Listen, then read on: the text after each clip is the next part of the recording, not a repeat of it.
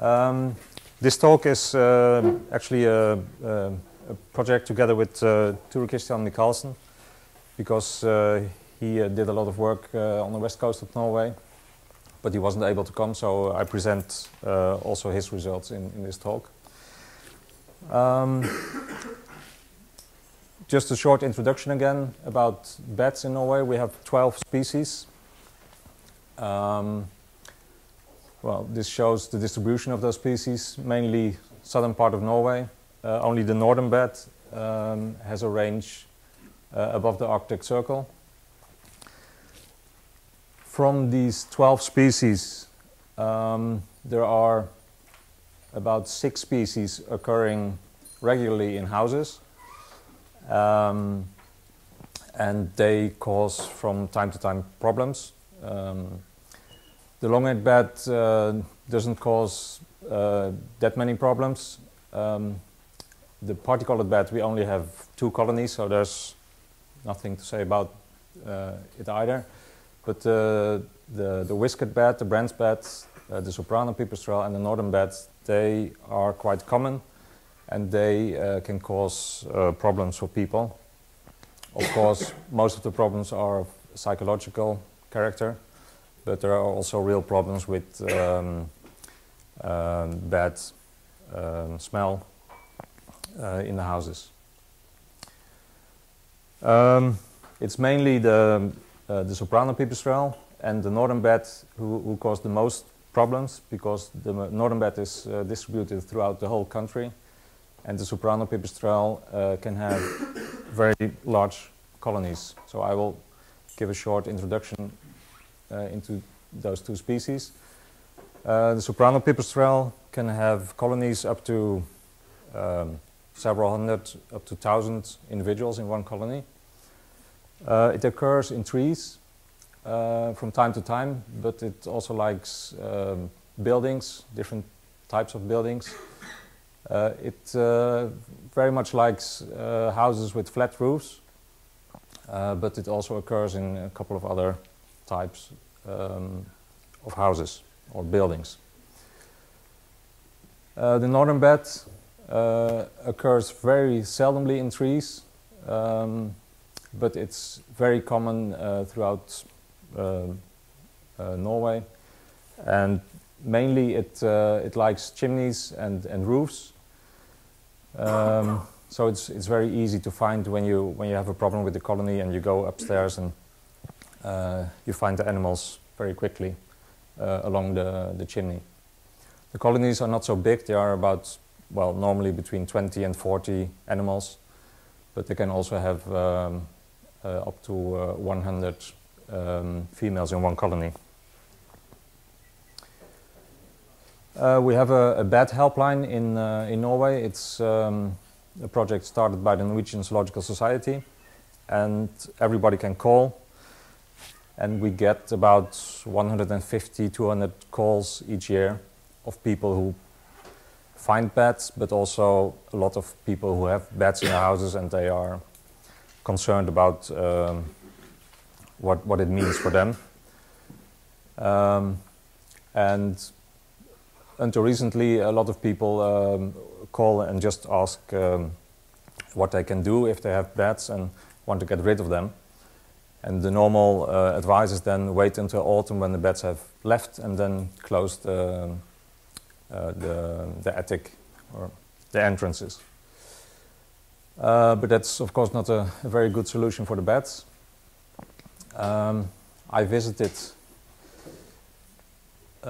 Wisconsin in the US some years ago, 2006, and visited Kent Borcherdink, who has helped to develop those American bat houses. You have an example of this right here.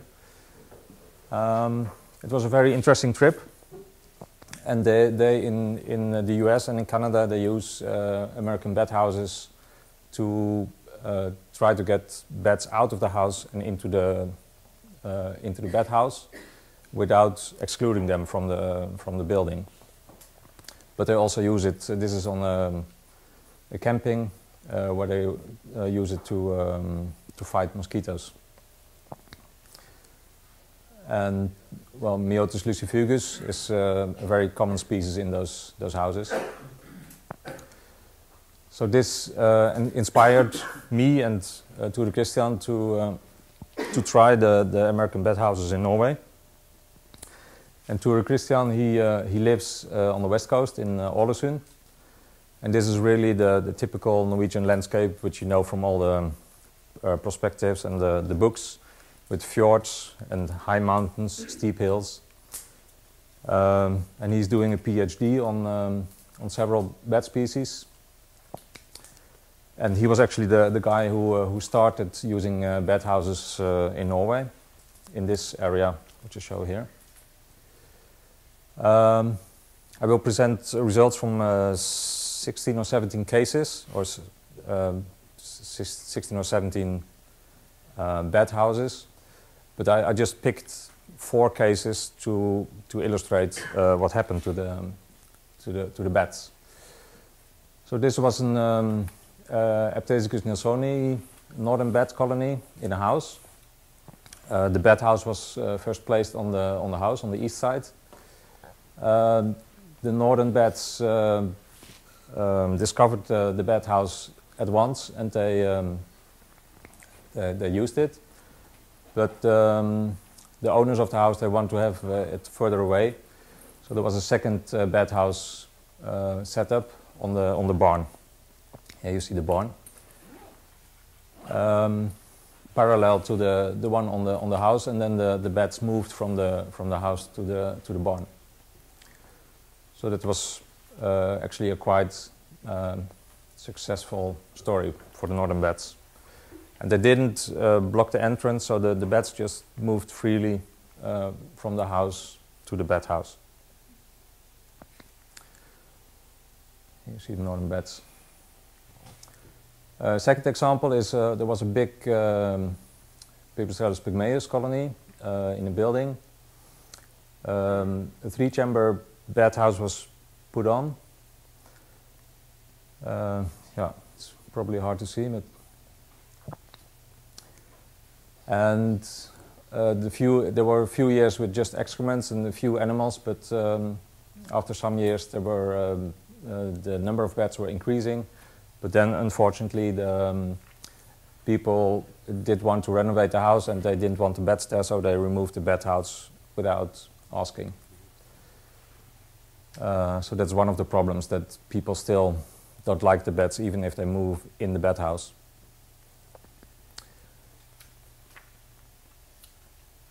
Second or the third case, here was a whiskered bed colony in a house. A 2-chamber bed house was put on the house. Finally, there were some beds in the bed house, but not whiskered beds, but soprano pipistrelles. And after a few years, there was a real colony established in the bed house, but not of whiskered beds, but of soprano pipistrelles. And the whiskered beds, they disappeared by themselves. This might be one of the problems with the bed houses, that the soprano pipistrelle really loves the bed houses, and they can compete, and so other bed species are they will disappear. The fourth case, there was a big soprano pipistrelle colony in a house, with only a few Aptesicus nelsoni as well in the house. The bed house was 5-chamber bed house put on the barn.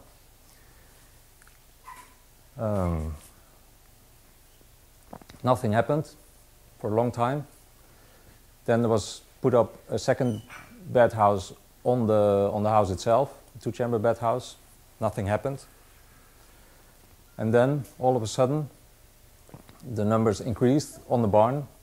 And this year, we got approximately 1,000 beds in a bed house. And that means that in this bed house, it's the same size.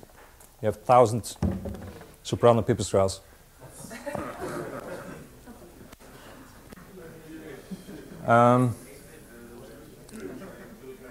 There's another another part of the story. And Tore Chr, he has a very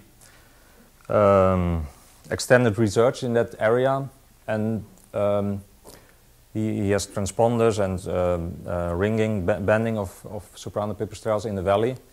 And there was a natural area with hollow trees, and there the soprano pipistrelles were for a long time. But this year, all the soprano pipistrelles moved from that natural area and moved into this bed box. So the natural area is empty for soprano pipistrelles at the moment. And it has some consequences, because it makes also in a way the colony very vulnerable if this bed house is damaged. Or what also has happened is that crows discover the beds. We've got 1,000 beds in one bed house. They have quite an activity during daytime. The beds fly out, juveniles fly during daytime, and crows discovered the place and were predating on the beds. So, but it shows also that sometimes you just have to wait, and then after a while, beds will show up. So these are all the boxes where you see the start when the bed houses were put up and what happened to them. What you can see is that in a lot of, I reckon 13 or 16 bed houses were with beds. And almost half or more than half of them were with colonies, finally. Some already had beds already the first season. And beds, they choose to move, so they were not excluded, but they choose to move into the bed house. As I said, the soprano pipistrelle dominates. And unfortunately, a quarter of the bed houses were removed by the owner. So the project was stopped in that way. You see the light green color means that there are only a few beds or just some excrements. But some of those places originally only had a few beds, so it was not a big colony in the neighborhood. So it doesn't mean that results are bad. But it shows also that putting up a bed house is not a quick solution. You can't expect the beds to move from one day to another, and sometimes you have to wait very long.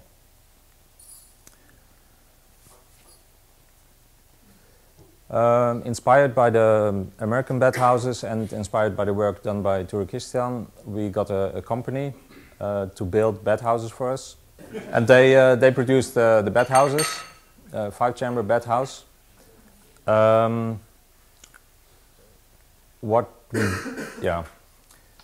What we do is, or the bed houses are now used throughout the whole country, and several places also people built their own bed houses and put them up.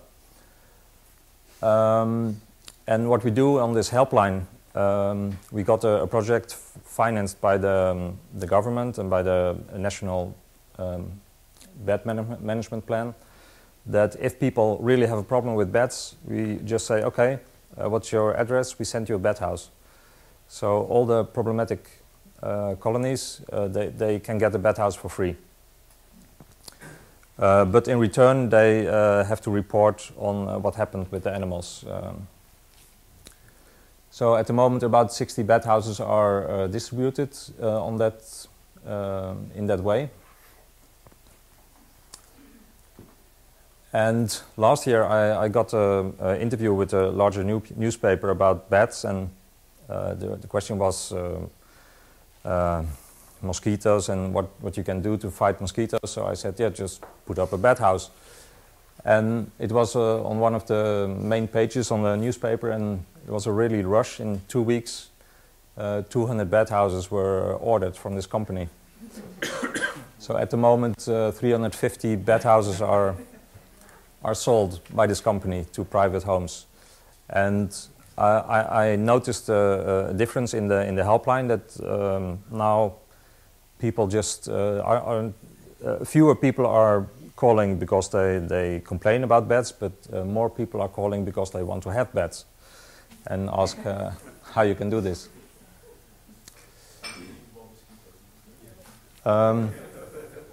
Here you see a project in Trøndelag, in Trondheim, near a church with a bed house on poles.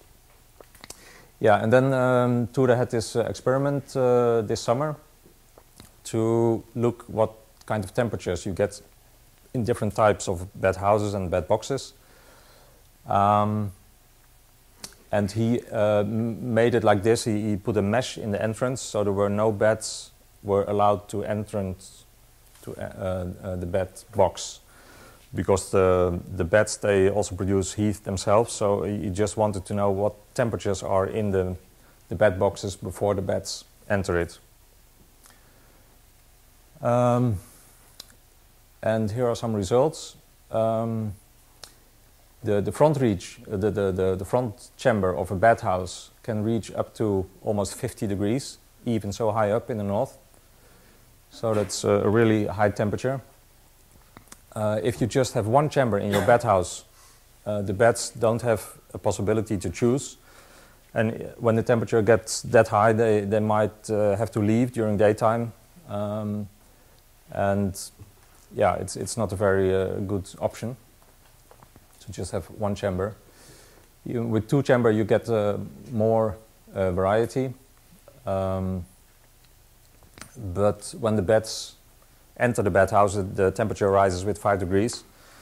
So it might also be too little to have just two chambers. So we propose that, that the 5-chamber bed house is the best solution, with a very high temperature in the front and then lower temperature on the end chamber.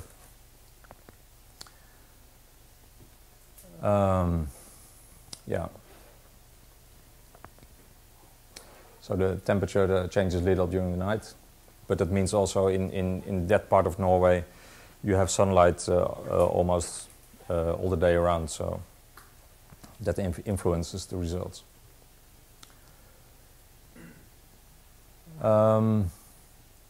Then he checked those other bed boxes, and here you see the results. The 1FW is this insulated big 38 kilo bed box from Schwekler. It gets quite warm, but not so warm. But the temperature is staying longer in the bed box during the night, so that's an advantage. Yeah, you see the other results. They have different temperature. He will publish these results and will continue with some more experiments this summer. So these are just some preliminary results. Yeah, Tore has published several of his results in a Norwegian magazine or journal, Fauna, but they have English summaries, and you can download those articles on this website. Thank you very much for your attention.